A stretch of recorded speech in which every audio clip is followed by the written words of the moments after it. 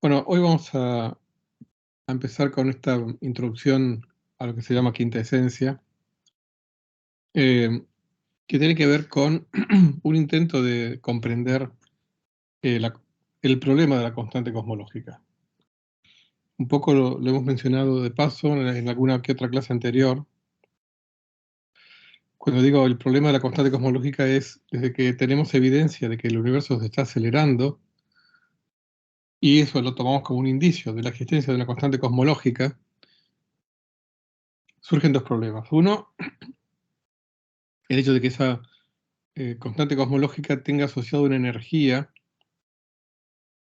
no natural, si entendemos a la constante cosmológica como una medida de la energía de vacío de las teorías cuánticas de campo asociadas al modelo estándar, que son las que entendemos que describen en muy buena aproximación el mundo a, entre comillas, las bajas energías a las cuales tenemos acceso experimental, ¿no?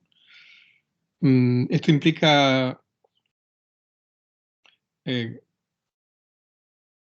digamos, como entendemos que el modelo estándar debería ser en buena medida válido hasta bastante más allá de las energías a las cuales tenemos acceso, más allá de que puedan aparecer partículas no descubiertas asociadas a em, la existencia de alguna supersimetría fundamental, o que no conozcamos cuál es la verdadera teoría, si es que existe, de gran unificación entre las interacciones electrodébiles y fuertes, pero es natural pensar que la escala de energías asociadas es del orden de, por ejemplo, 10 a la 15 gigaelectronvolts, que es a la que se unificarían las constantes de acoplamiento.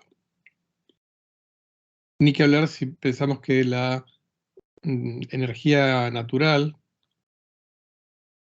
de una teoría del todo, que incluye la gravedad, debería ser la energía de Planck. Entonces, si comparamos la densidad de energía asociada a esa escala de energía, escrita en unidades naturales, donde las escalas de longitud y tiempo tienen dimensiones de inversa de energía.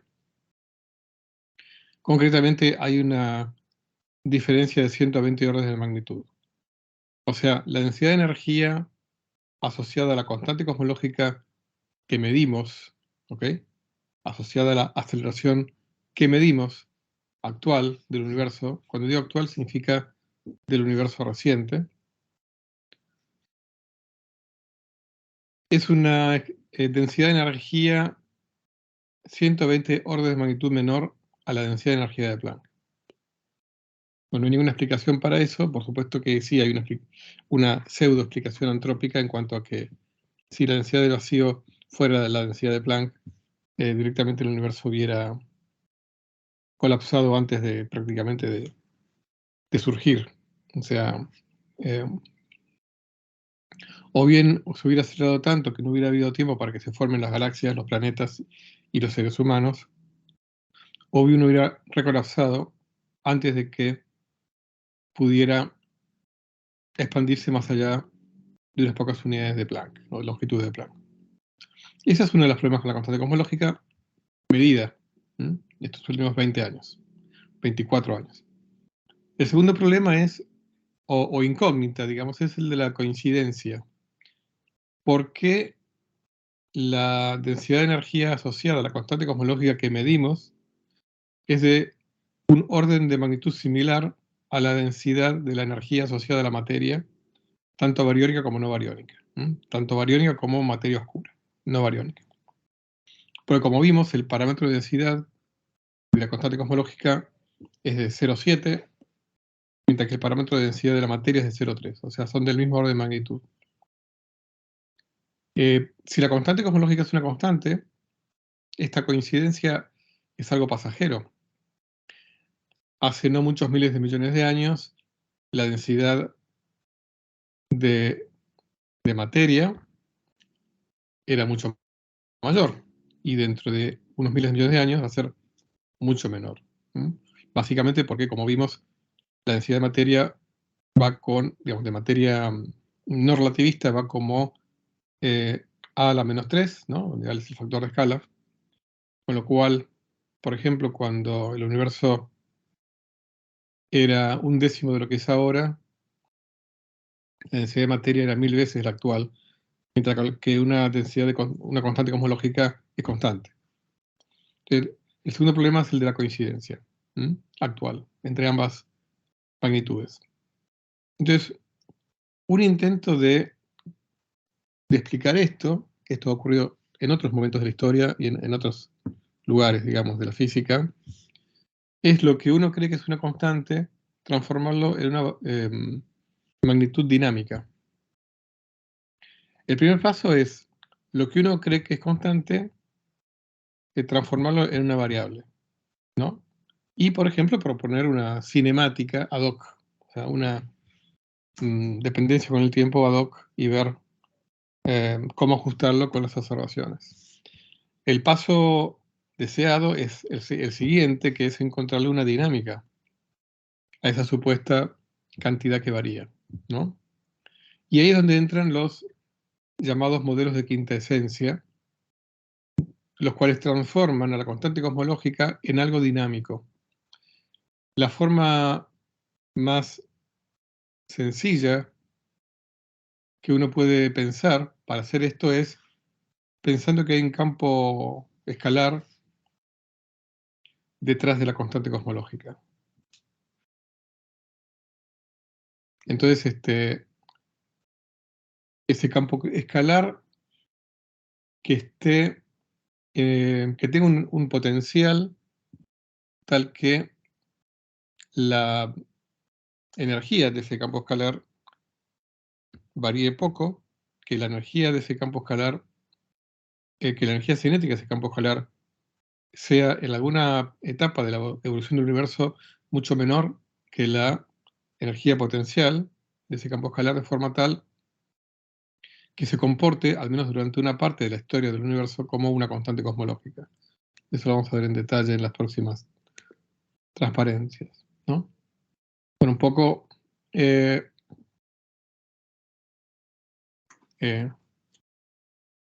acá comento eso.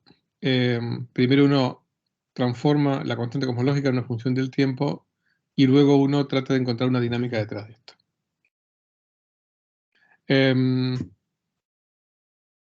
Otra cosa que uno supone es que esta lambda de t tenga pocos efectos sobre la física local, porque al fin y al cabo la física local está muy bien confirmada experimentalmente, ¿no? O sea, el modelo estándar, ¿no? Está muy bien confirmado, incluso la gravedad en menor medida, en cuanto a menor cantidad de cifras decimales, también está muy bien confirmada, con lo cual tenemos que proponer alguna dinámica para este campo escalar que no tenga grandes efectos en la física local. O sea, en la jerga sería una dinámica que sea esencialmente cosmológica, que no tenga escalas pequeñas involucradas. Naturalmente eso ocurre porque, como les dije, la escala de energías asociadas a la constante cosmológica es muy chiquita, es muy por debajo del electronvolt, y eso implica escalas de longitud muy grandes, con lo cual uno desearía que esa escala de longitudes asociadas a esta interacción desconocida incluso sea una escala del orden de escalas cosmológicas. ¿Okay? Bueno, ejemplos de campos escalares digamos, que se han usado para resolver problemas teóricos son el campo de Higgs y el hipotético campo de inflatón. La diferencia entre ambos es que el Higgs ha sido observado hace pocos años, mientras que el inflatón, sea lo que sea eso, no. Digamos que es una hipótesis conveniente que resuelve problemas cosmológicos, pero del cual a nivel observacional directo poco sabemos o nada sabemos. Acá hay un par de referencias que son interesantes porque a nivel review, por ejemplo, la referencia de Rutger Peebles en Review of Modern Physics, The Cosmological Constant and Dark Energy, por más que ya tenga casi 20 años, es muy interesante, no solamente porque reúne una buena bibliografía para la época, a la fecha, sino por consideraciones generales sobre la relación entre modelos de quinta esencia y todo el sector observacional de la cosmología. O sea que sigue siendo de interés esta referencia. Otra referencia, ya desde un corte más teórico, es esta, de Linder, The Dynamics of Quintessence, The Quintessence of Dynamics, la dinámica de la quinta esencia de la dinámica, donde analiza una gran variedad o un número grande de familias de modelos de quinta esencia desde un punto de vista dinámico, o pensándolos como sistemas dinámicos, que es muy interesante a la hora de empezar a clasificar todo este gran zoológico de modelos que ha surgido, de los cuales no vamos a ver muy poquitos, sino más que nada el objetivo nuestro es entender un poco la filosofía detrás de esto, tomando un par de modelos teóricos. Pero les cuento que a la fecha la cantidad de modelos de campos escalares que funcionen como quinta esencia, o sea, como dinámica detrás de la constante cosmológica, depende de cómo uno lo cuente, los podemos contar hasta por cientos. Entonces, bueno, justamente como les dije, vamos a hacer un análisis teórico introductorio al problema. Entonces vamos a considerar el modelo más simple que uno puede, que es el de un campo escalar real. Por un lado real, o sea, no complejo, real, cuya escala de variación, como dijimos, sea mucho mayor a las dimensiones locales, en particular a las dimensiones o las escalas espaciales y temporales de las partículas elementales. Y básicamente entonces el lagrangiano que uno propone es de este tipo. Esto sería un lagrangiano de un campo escalar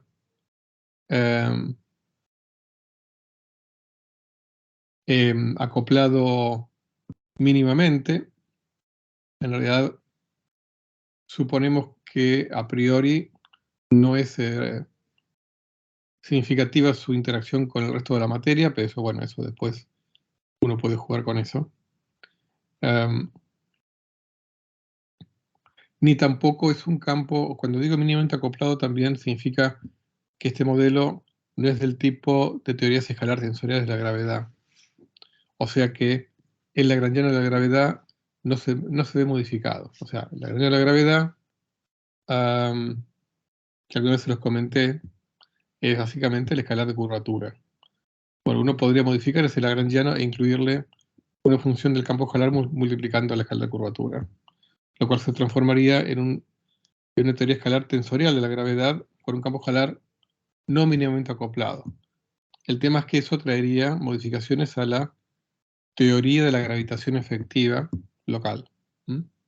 Bueno, no vamos a considerar eso, vamos a considerar un campo escalar mínimamente acoplado con un lagrangiano el más sencillo posible, donde hay un término cinético, ¿no? El que está acá, un medio de g lambda kappa, phi, lambda, phi, kappa, típico término cinético, y un término potencial, el potencial del campo escalar, una función del campo escalar. Bueno, esto nosotros lo hemos visto en el curso de relatividad general. Para el que no lo ha visto, bueno, simplemente créanme que a partir de este lagrangiano uno puede calcular cuál es la densidad de energía y la presión asociada a este lagrangiano de escalar. También el tensor de energía e impulso que uno puede deducir a partir de este lagrangiano tiene la forma de un fluido perfecto. Y bueno, la densidad de energía es esta. Vamos a suponer también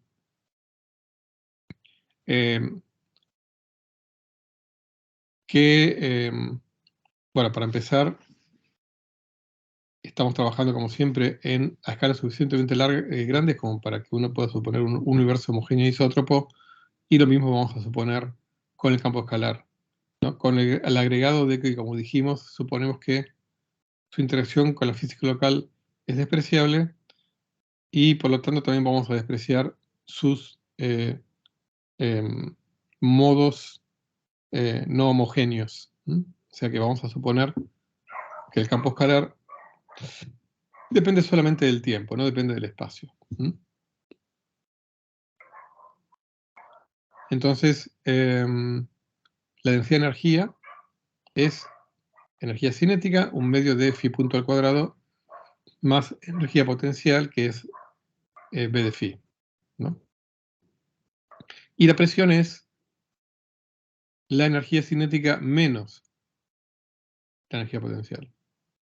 Esto es un resultado que se obtiene a partir de este Lagrangiano, ¿ok? O sea que esto es genérico para todo modelo, para todo Lagrangiano de campo escalar de este tipo. O sea, la densidad de energía es energía cinética más energía potencial, la presión es energía cinética menos energía potencial. Esto ténganlo grabado porque es importante.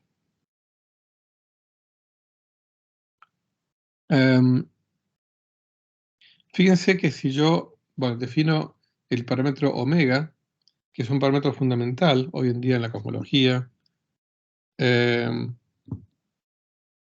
moderna, donde se pretenden, digamos, encontrar información a partir de las observaciones que nos digan algo sobre la quinta esencia. El parámetro omega es muy importante, que es básicamente el cociente entre la presión del campo escalar y la densidad del campo escalar. En realidad, no en este contexto, pero cuando uno considera el resto, digamos, de la materia común, hay que diferenciar entre el omega efectivo, que sería la presión total dividida la densidad total de la energía del universo, y el omega del campo escalar. En ese caso, uno debería poner acá un subíndice phi, omega phi, ¿no? Igual a presión phi dividido densidad phi. Bueno, fíjense, si nosotros agarramos la densidad, digamos, por definición de omega, 1 más omega por densidad del campo escalar, que es igual a la densidad del campo escalar, más presión del campo escalar, ¿no? Que si yo lo sumo, el término de energía potencial se me cancela y me queda 1 medio más 1 medio 1, phi punto al cuadrado. Entonces, con lo cual es obviamente claramente definido positivo.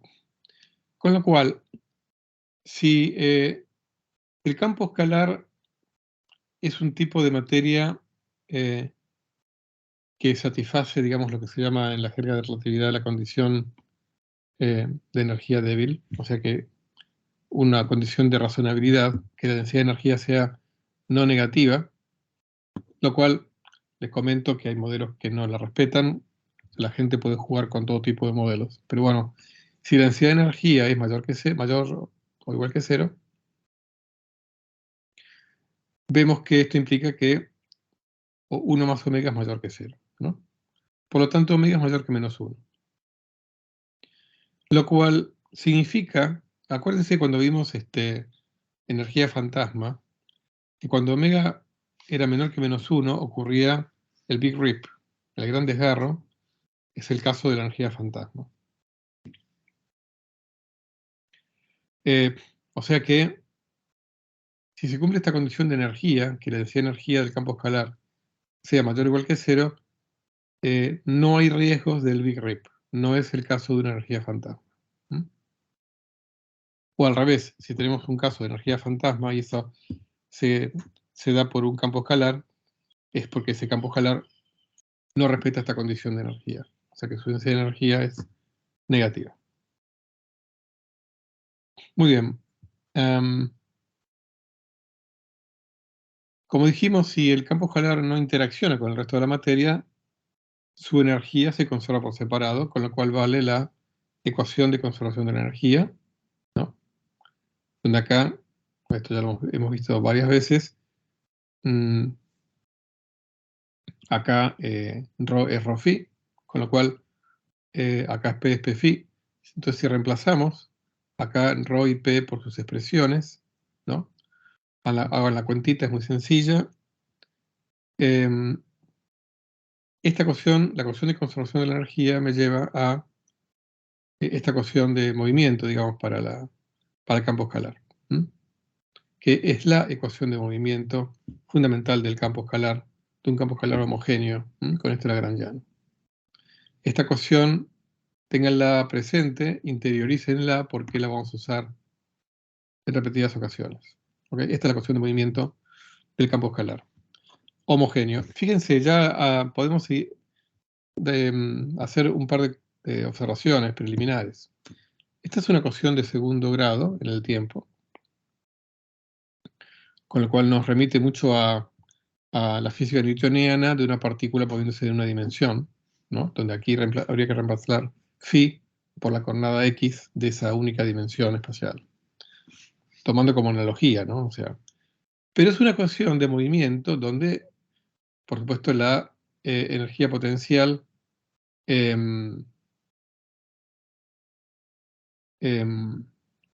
o menos la energía, o sea, si esto lo pasamos del lado del lado derecho de la igualdad, menos B' sería la fuerza asociada a este potencial, ¿no? Es una fuerza, en este caso, conservativa, en la jerga newtoniana. Entonces, el potencial me introduce una fuerza conservativa que actúa sobre el campo escalar. Pero fíjense, la expansión del universo aparece aquí como una fuerza de roce. Es la típica término de fuerza de rozamiento. O sea que la expansión del universo, el ritmo de expansión del universo, actúa como un coeficiente de rozamiento para la evolución de este campo escalar cosmológico. También esto ténganlo presente. La expansión del universo es un coeficiente de rozamiento en los modelos de quinta esencia, descritos por un campo escalar. Bueno, acá está, por ejemplo, la fuerza de fricción va a ser menos 3h por phi punto. Acá está, entonces, lo que dije antes, con lo cual podemos aplicar todo lo que hemos visto, o para todo lo que hemos visto como estudiantes en la materia mecánica, ¿no? De grado.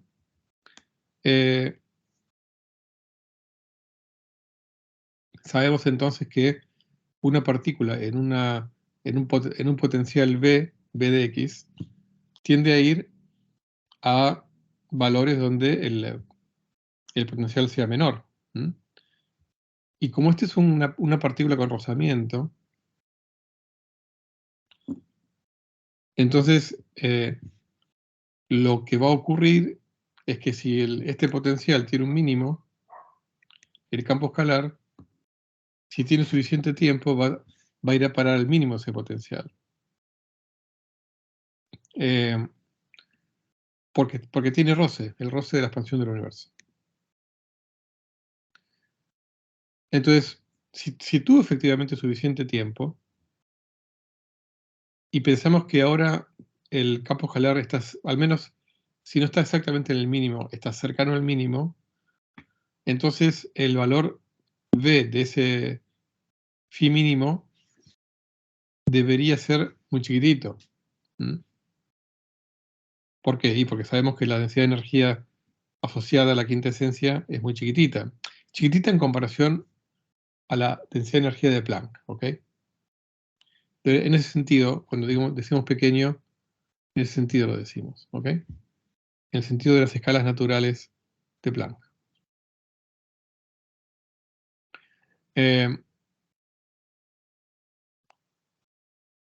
Ahora, por supuesto que no, en esta etapa no tenemos ninguna motivación teórica para este campo escalar, cuál debería ser su potencial, ¿no? No tenemos ninguna motivación teórica a nivel, me refiero a física fundamental de partículas.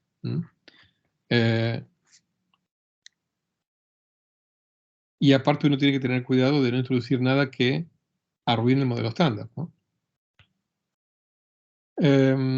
Por supuesto, en lo que se ha hecho entonces en los últimos 30 años, o más incluso, es, en realidad podemos decir 40 años. Ahora, eh,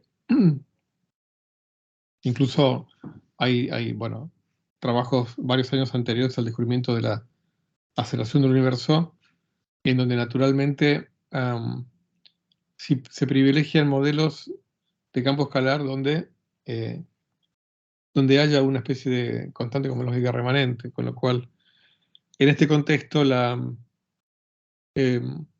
posible aceleración del universo fue predicha, ¿no?, por algunos de estos modelos de la década del 80. Bueno, entonces lo que, como les decía, en los últimos 30, 40 años se han estudiado muchos modelos teóricos de campos escalares que puedan jugar el rol de quinta esencia. Uno de los más famosos es el modelo de Rothschild-Peebles. Acá están las primeras referencias al respecto. Cosmology with a time variable cosmological constant, cosmología con una constante cosmológica variable en el tiempo. Acá hay otra de referencia del mismo año de un Physical Review de Eternal Physical Journal. Cosmological consequences of a rolling homogeneous scalar field, o sea, consecuencias cosmológicas de un campo escalar homogéneo rodando. Ahora vamos a ver qué significa esto de rodando. Bueno, rodando en su pozo de potencial, eso significa, ¿no? Otra referencia importante de esa época, de Wetterich, Cosmology and the Fate of Dilatation Symmetry, Cosmología y el destino de la simetría de dilatación. Porque les cuento que algunos de estos modelos de campo escalar surgen naturalmente en teorías supercuerdas, donde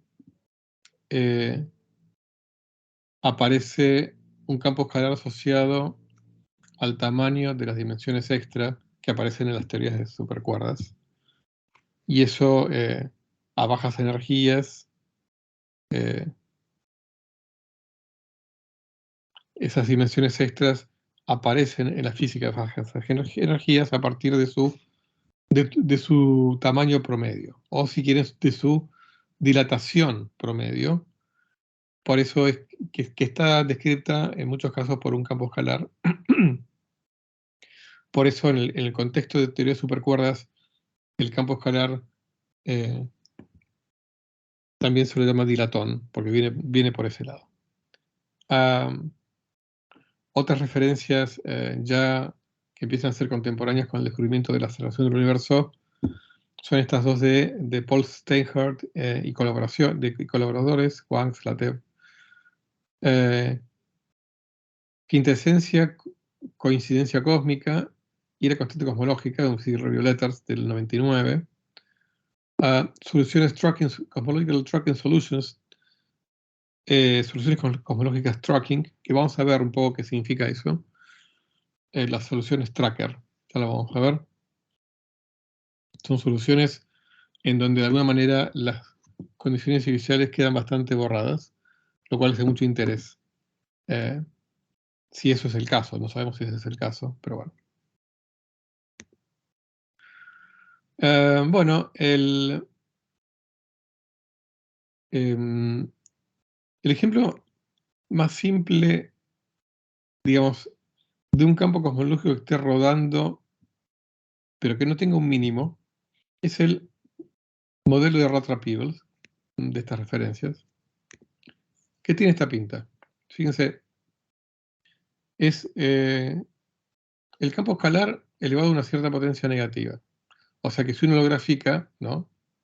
No importa si es alfa es 1, 2, 3, 4, no importa. Más basta que sea positivo, o sea que phi sea la menos algo positivo.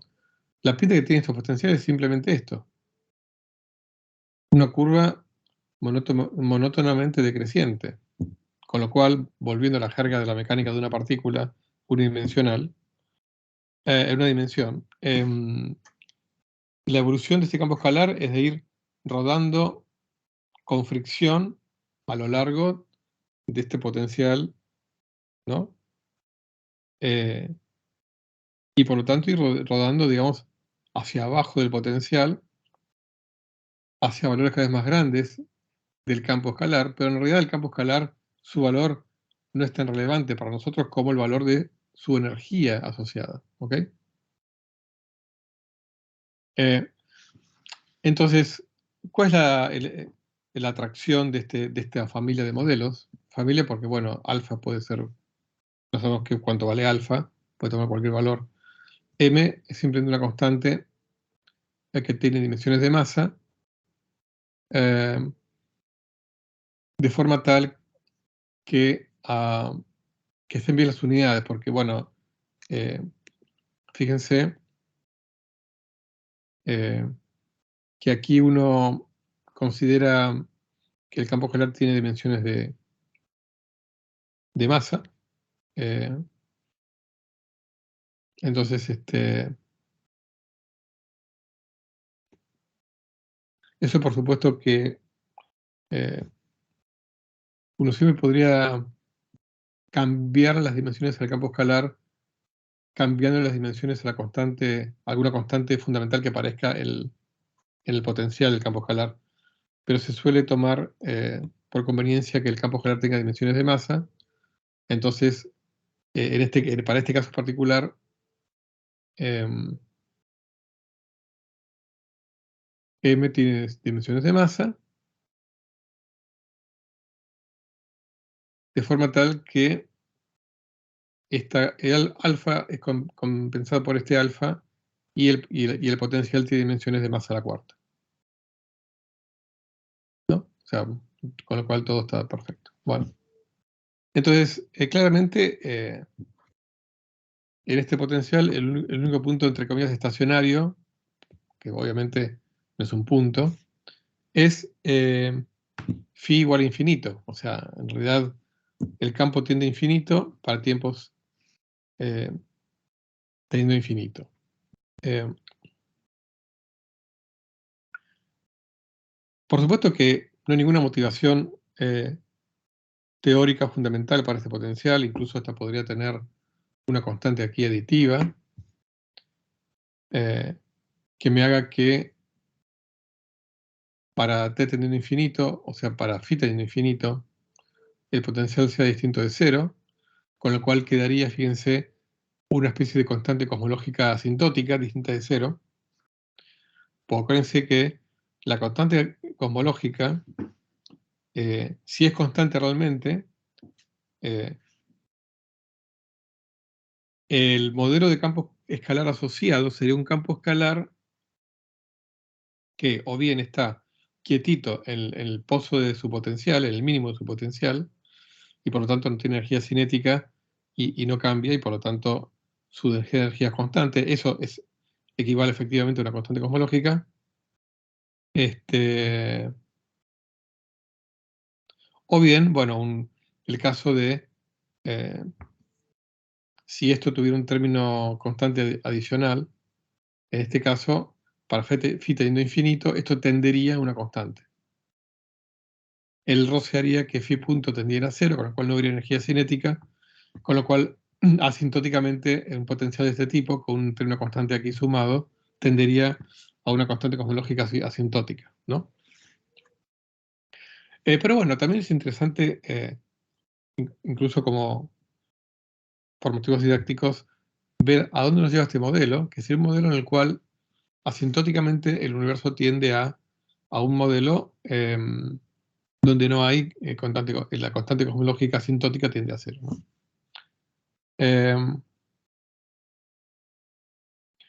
Bueno, sabemos por la teoría de nucleosíntesis primordial, que nosotros no hemos visto, pero que yo se os he comentado más de una ocasión,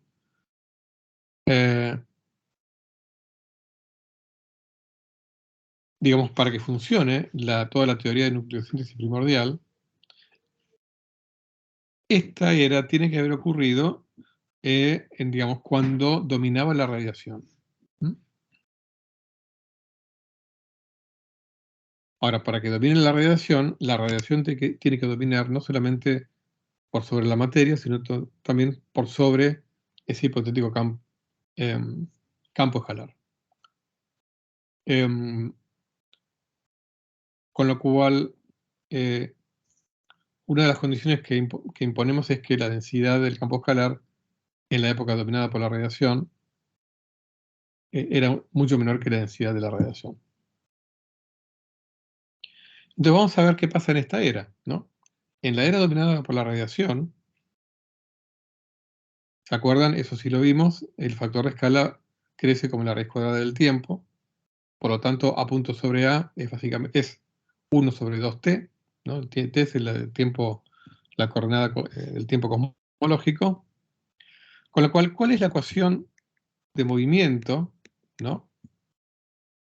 Para el campo escalar en la época dominada por la radiación? Bueno, es esta, ¿no? Fíjense,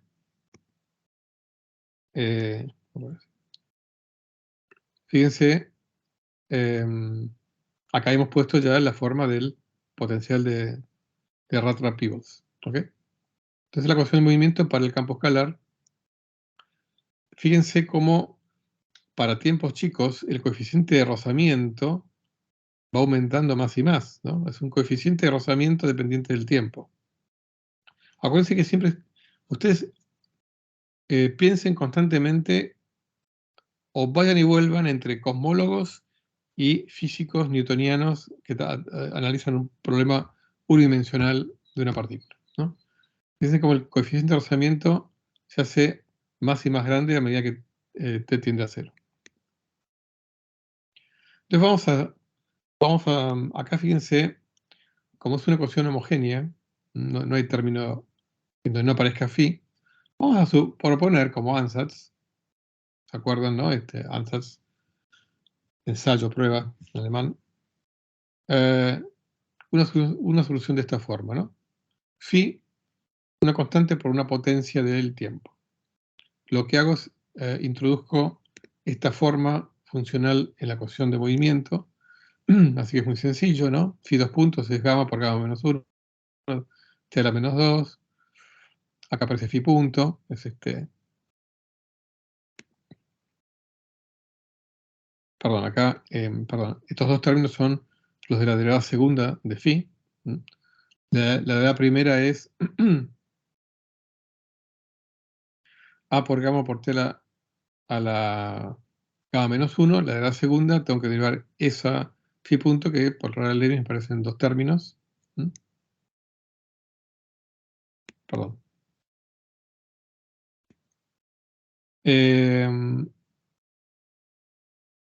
Perdón, me vuelvo a corregir. Tuve un lapsus acá. Este es el término de derivada segunda, gamma por t a la phi puntos, a por gamma t a la gamma menos 1, phi 2 puntos es a por gamma a la menos 1 por t a la gamma menos 2, y este es el término phi punto, que es a gamma t a la gamma menos 1 sobre t, multiplicado por 3 medios. Perdón por el lapsus. Con lo cual me queda esto. Menos el término de derivada del potencial. Por supuesto, esto implica, para que esto sea una identidad para todo tiempo, que esta potencia de t, tiene que ser igual a esta potencia, para que esta sea una igualdad a todo tiempo. O sea que acá ya obtenemos un valor para gamma. Gamma vale 2 sobre 2 más alfa. Con lo cual, bueno, acá hice una mini cuentita auxiliar, cuánto vale. Fíjense acá otra cosa, ¿no? Una vez que hemos logrado esto, podemos sacar factor común t a la gamma menos 2, ¿no? Es igual a 0, con lo cual el factor que multiplica a t a la gamma menos 2 debe ser igual a 0. Esa condición está escrita acá, ¿ok? Entonces, incluso como, fíjense, a por gamma menos 1 está acá, a por 3 medios de gamma está acá, esto lo pasé sumando de este lado, queda alfa m a la 4 más alfa, a la menos alfa más 1, todo esto se canceló, ¿no? Acá tengo una segunda igualdad.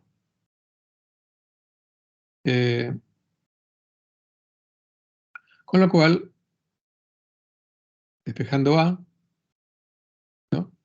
Que es lo que me faltaba encontrar, A tiene esta pinta, que me calcula el gamma por gamma más un medio, que aquí lo calculé a un costadito, en función de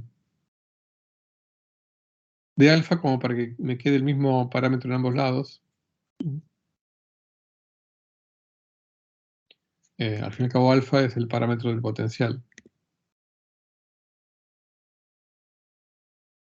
Así que bueno, acá determiné A, con lo cual hemos encontrado la solución. Fíjense que la solución tiene esta pinta, no quedó ningún parámetro libre. Phi vale esto, a lo largo de la era dominada por radiación, acuérdense, esto es a lo largo de la era dominada por radiación. Como verán, estamos suponiendo que, o sea, como recordarán, estamos suponiendo que el campo escalar no domina en la era de radiación. Por lo tanto, la dinámica del parámetro de escala no se ve afectada por la aparición de este campo escalar. Por eso que utilizamos esta función. Así, bueno, le hemos encontrado la solución. Esta es la ley de potencia, T a la 2 sobre 2 más alfa, multiplicada por una constante, por un factor que depende de m y de alfa. Bueno, como recordarán, en esta era la densidad de energía cae como a la menos 4, o sea, como T a la menos 2. Ahora, fíjense cómo evoluciona la energía cinética del campo escalar, que digamos, tiene esta forma, ¿no? Acuérdense que este es el término.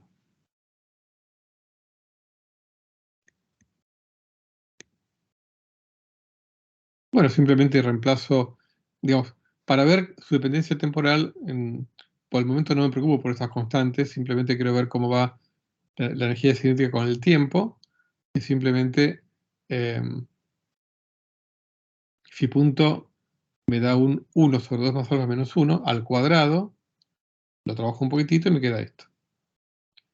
Así evoluciona la energía cinética y la energía potencial, ¿no? Simplemente tengo que poner phi a la menos alfa, o sea, todo esto a la menos alfa es directamente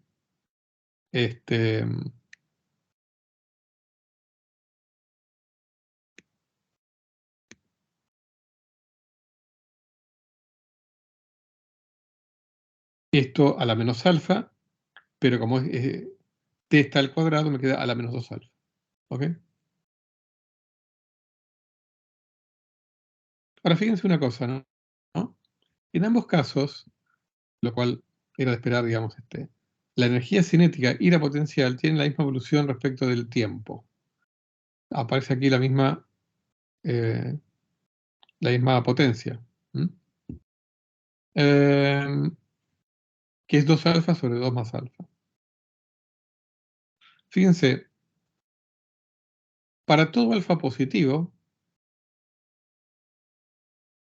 esto es mayor que 0, claramente. Acuérdense que nosotros hemos pedido que alfa sea mayor que 0, porque son potenciales de la forma que les dije, ¿no? Que asintóticamente tienden a 0. O sea que, para todo alfa mayor que 0, esto es menor que 2. Con lo cual, como es menor que 2, esto, ¿no? Porque esto es 2 más algo, me queda, claramente esto es menor, incluso hasta es menor que 1 esto. Perdón, es menor que 2.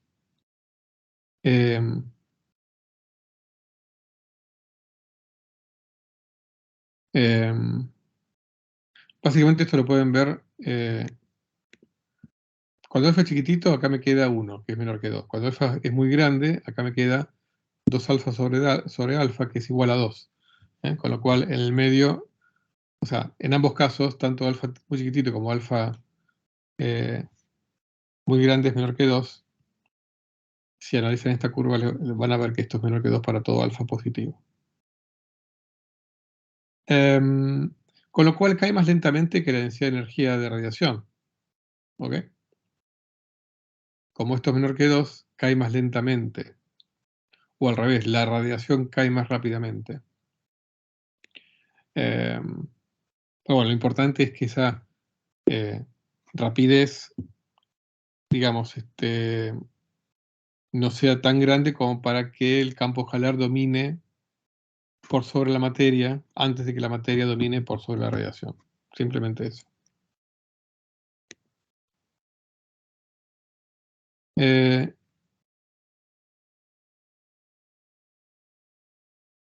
Bueno, esta solución, ¿no? Digamos, les comento que no es única, en realidad acá es una ecuación de segundo orden, como uno esperaría encontrar alguna otra solución.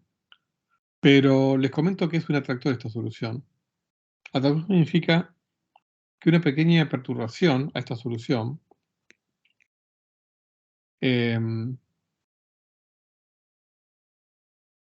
tiende a desaparecer. Vamos a ver cómo demostramos eso. Bueno, escribimos en la ecuación de movimiento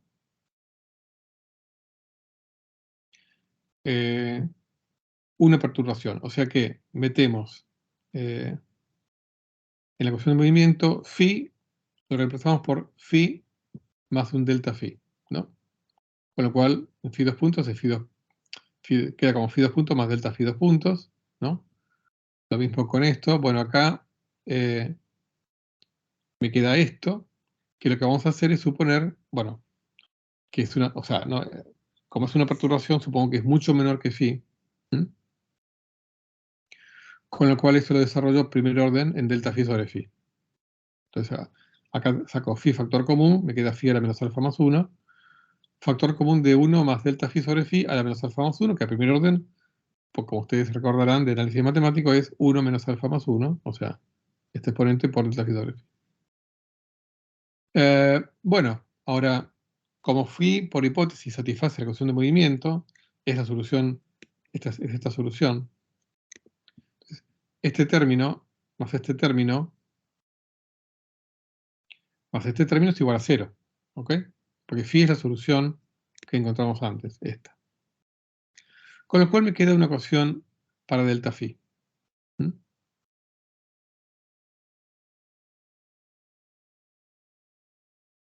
Muy bien, vamos a decir nuevamente, esta es una ecuación homogénea en delta phi, con lo cual proponemos un ansatz para delta phi que tenga esta forma.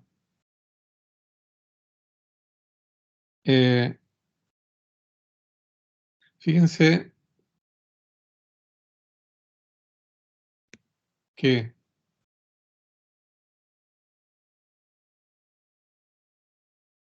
a diferencia de aquí, ¿no? En donde, o aquí, donde aquí phi aparecía a distintas potencias, esta parte era lineal, mientras esta parte era en general no lineal. Como aquí hemos despreciado términos de orden superior, esta ecuación sí es lineal en delta phi. Con lo cual, delta A no queda determinado, como sí quedaba aquí determinado A. Aquí delta A no queda determinado, porque digamos, sale afuera como factor común y queda indeterminado. No hay condición sobre delta A.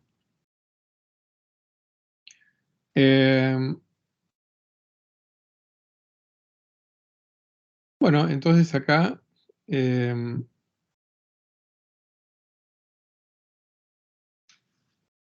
reemplazamos esta solución acá, el delta A salió, me queda, bueno, sigma por sigma menos 1,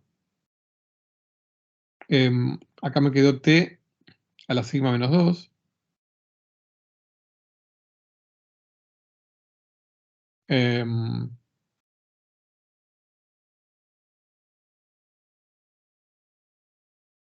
t a la sigma, perdón, acá, t a la sigma menos 2, acá me quedó alfa por alfa más 1, m a la 4 más alfa, y aquí reemplacé phi, perdón, phi, perdón, delta phi, ¿dónde está delta phi? El teta sigma. Bueno, y aquí,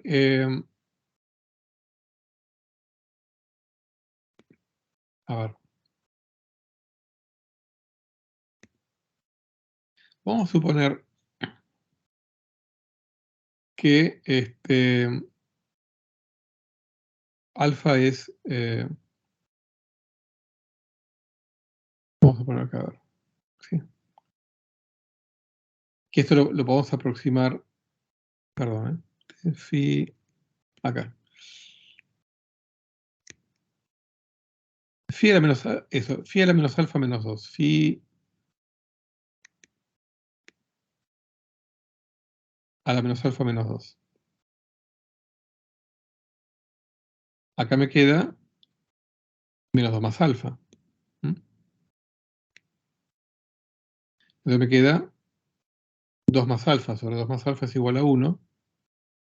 ¿Ok? Con lo cual phi a la menos alfa más 2 es directamente, va como t a la menos 2. ¿Ok? Por eso acá esto va como t a la menos 2.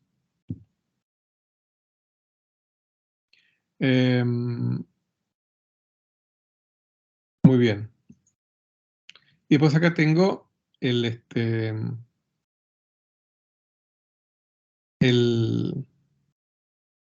el término t a la sigma. ¿no? Entonces acá tengo t a la sigma menos 2, t a la sigma menos 2, porque acá tengo un sigma menos 1, pero dividido t es sigma menos 2. Disculpe, aquí no escribí explícitamente un paso intermedio como para que quede más claro. Y acá tengo t a la sigma, pero menos 2. Afortunadamente, bueno, en realidad era esperar, pero entonces las potencias de t quedan todas canceladas. Muy bien, entonces acá por la constante esta que me parecía aquí, ¿no?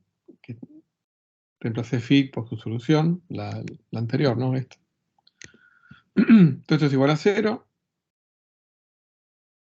Así que bueno, lo reescribo esto como una ecuación de segundo orden, de segundo grado para sigma. Simplemente lo trabajé un poquitito como para que quede más prolijo. Fíjense acá, el m a las 4 más alfa se me va como el m a la menos 4 más alfa. Así que bueno, me queda esto. Esta es una ecuación de segundo grado en sigma. La solución es inmediata. Menos b más menos raíz cuadrada de a cuadrado menos 4ac, bla, bla, es esto que está acá. Esto es sigma. Entonces aquí lo que nos interesa,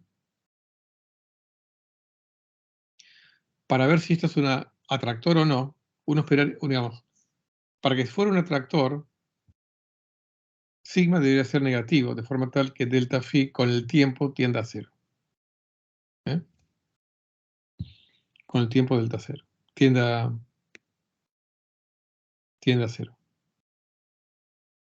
Fíjense que phi, como esto es positivo, phi, al contrario, phi tiende a infinito. Porque va como t a la 2 sobre 2 más alfa, que esto es algo positivo. Phi tiende a infinito.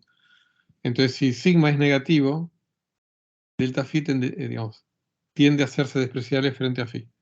Y eso es lo que me transformaría a esta solución en un atractor. Vamos a ver si esto es así.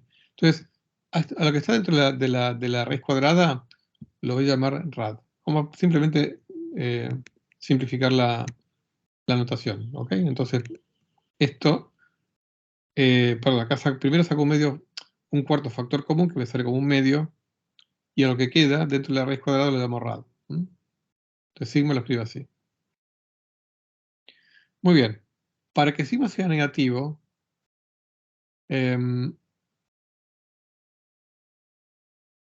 o sea, yo lo que quiero es que las dos soluciones, fíjense, acá obtengo la las dos soluciones para esta ecuación de segundo grado, aquí así aparecen directamente las dos soluciones, antes habías encontrado una solamente aquí. Las dos soluciones son para más y menos del signo de las dos raíces de esta ecuación de segundo grado. Ahora bien, para que ambas tengan sigma negativo, obviamente una de ellas tiene sigma negativo siempre. Yo lo que quiero es que para la del signo más también tenga sigma negativo. Pero para que eso ocurra, el radicando tiene que ser menor que 1. De forma tal que si rad es menor que 1, la raíz cuadrada es menor que 1, y por lo tanto, todo esto es menor que 1/2, y por lo tanto, esto es menor que 0. ¿Ok? ¿Entienden el razonamiento? Muy bien. Como alfa es mayor que 0, vamos a ver qué pasa con el radicando. Efectivamente, ¿el radicando es menor que 1 o no? Bueno, acuérdense que en el radicando aparece alfa, ¿no? Yo sé que alfa es positivo, ¿no? Es la potencia aquí de... Pero bueno, el radicando es esto. Es 1 menos 16 más. Acá hago esta cuentita. Como saqué un cuarto factor común, este 4 se me transformó en 16. 6 más alfa, 1 más alfa, 2 más alfa al cuadrado. Bueno, esto es una cierta función de alfa que está acá. Por acá, déjeme corregir esto para que quede bien, porque esto es 2 más alfa al cuadrado. Acá hay un error.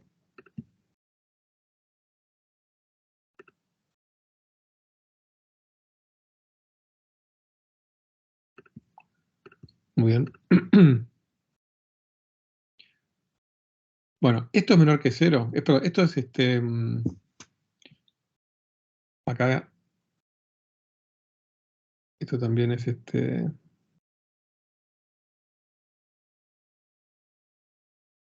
hay un error también. Pero a ver, vamos a seguir, después lo corregimos.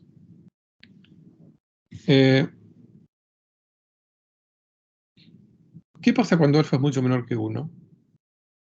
Bueno, acá cuando es mucho menor que 1,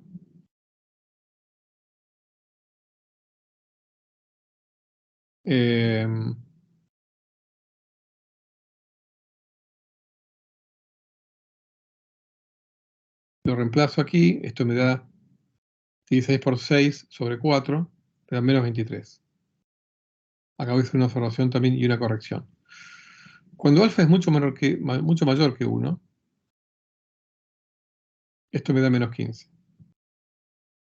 ¿No? O sea que tanto para alfa muy grande como para alfa muy chiquitito,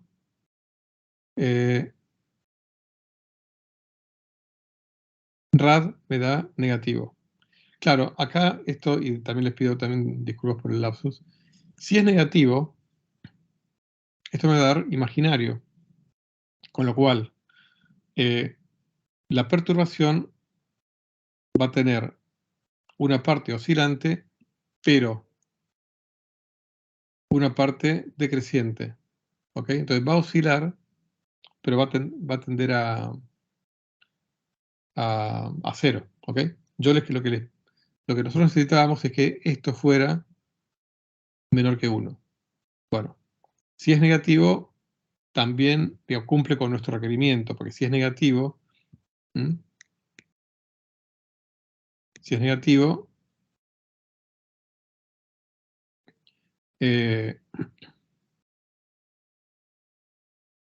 lo que me da es un término oscilante, y por lo tanto, lo importante es que la parte real sea negativa para que tienda a 0. En ambos casos es negativo, en ambos extremos, ¿no? O sea, alfa muy grande, alfa muy chiquitito. Ahora, ¿qué pasa? ¿Hay algún caso de alfa en el cual f valga 1? Bueno, igualamos esta función a 1, ¿no? Me queda una ecuación de segundo grado en alfa, ¿no? y me da esta solución.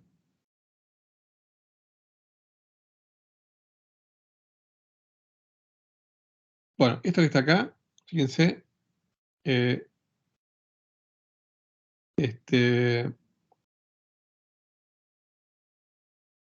da algo que es que tiene una parte imaginaria, ¿no? O sea que ya de por sí escapa a nuestro modelo. Con lo cual acá también déjenme corregir algo. Esto es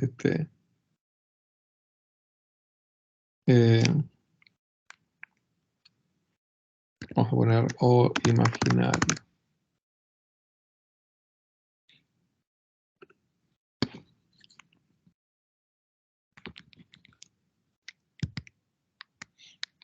$6 por 92 claramente es mucho mayor que... No, perdón, me estoy corrigiendo.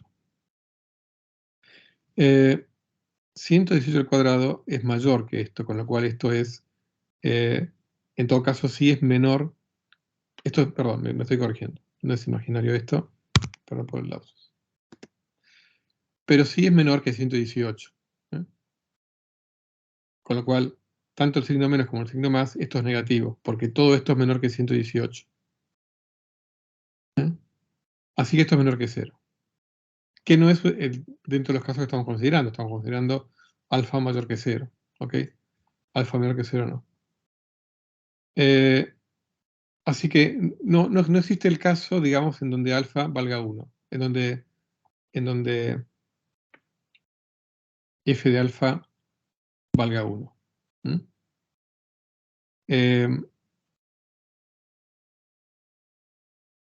En donde esto me haría esto idénticamente 0 y estaría en el caso límite de sigma menos un medio. Si alfa vale 1, o sea, perdón, si yo pido que si yo quiero que f de alfa valga 0, o sea que el radicando valga 1, por lo tanto que esté en el límite de lo tolerable, o sea que esté en el límite de inestabilidad, de entrar o en el umbral de la inestabilidad,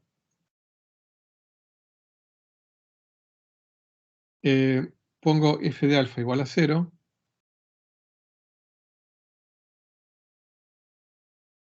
con lo cual, si f de alfa vale 0, esto es igual a 1, con lo cual el 1 se va con este 1, esto es igual a 0, con lo cual 16 por 6 más alfa por 1 más alfa es igual a 0, con lo cual hay dos soluciones, alfa igual a menos 6 o alfa igual a menos 1. O sea que tampoco está dentro de los valores del rango que uno considera para ese tipo de potenciales. Como f es continua f de alfa, para alfa positivo, ¿no? Y por otro lado, vimos que f de alfa es negativo tanto para alfa mucho menor que 1 como alfa mucho mayor que 1, entonces concluimos que f de alfa es negativo para todo alfa mayor que 0. ¿Por qué? Porque f de alfa se anula solamente en valores negativos, con lo cual en este rango de rangos positivos no puede anularse. ¿Ok? Entonces sigma tiene componente imaginaria, que es la parte oscilante, y la parte real es menos un medio. Así que, conclusión, la perturbación tiende a 0 para t tendiendo a infinito, así que la solución que encontramos es un atractor, y se suele llamar tracker, solución tracker solution.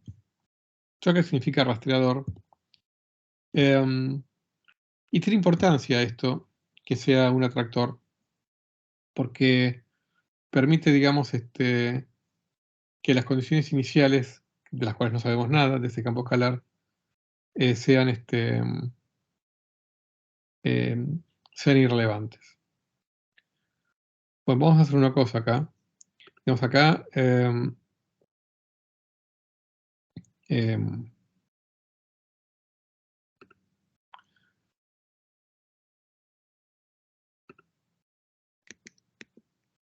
déjame.